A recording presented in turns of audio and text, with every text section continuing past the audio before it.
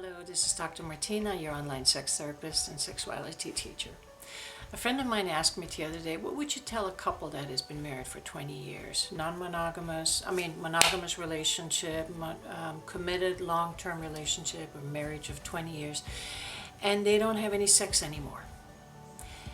And I told her what I would tell them, and now I'm going to tell you what I would tell a couple like that. The first thing I would tell her is, please do not give up on the sexuality in your relationship. Do not miss the opportunity to have a backbone in your relationship that is simply there to provide you with pleasure, to give you an opportunity to be with the person that you love in a very physically close and intimate situation, to have an opportunity to release your stress with your partner and have fun doing that, can be creative doing that, to have an opportunity to connect with your partner through hard times by being intimate, by making love, by just connecting and touching and holding. All of that is your sexuality. And couples who give that up for whatever reason, there's multiple reasons, like life gets in the way, the children get in the way, I'm attractive to the partner anymore, I don't feel that way anymore, I really don't like the sex we're having. Those are all good reasons, but none of them is good enough for the sexuality just to be ignored and thrown away. None of them are good enough, because our sexuality can be a glue of the relationship and can hold it all together if we pay attention to it and if we set it up as such. And this is where we go wrong. We do not talk about it. We don't talk about it when we meet, when we start a relationship that is turning into a serious situation.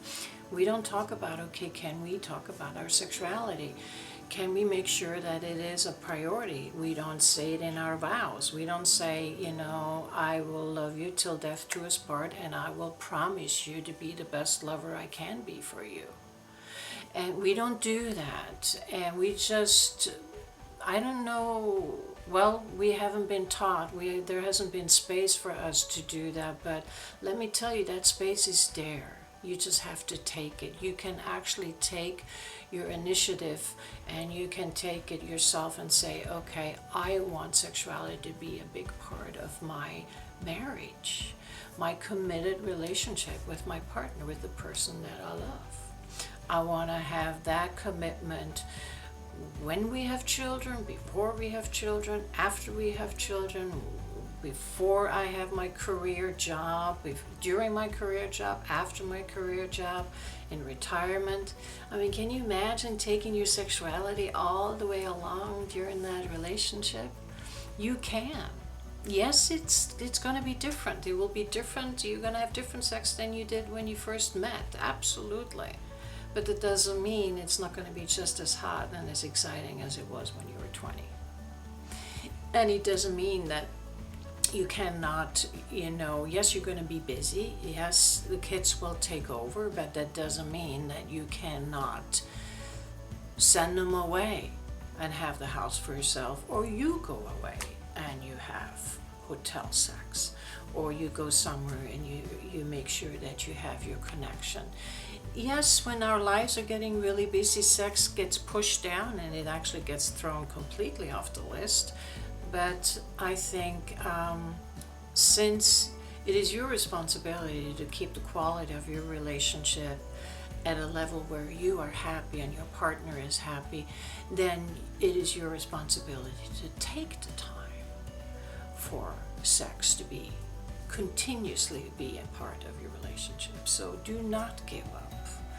And if you're in a position where you're starting a brand new relationship right now, have expectations in regards to your sexuality and express and verbalize those expectations and make sure that the expectations are high.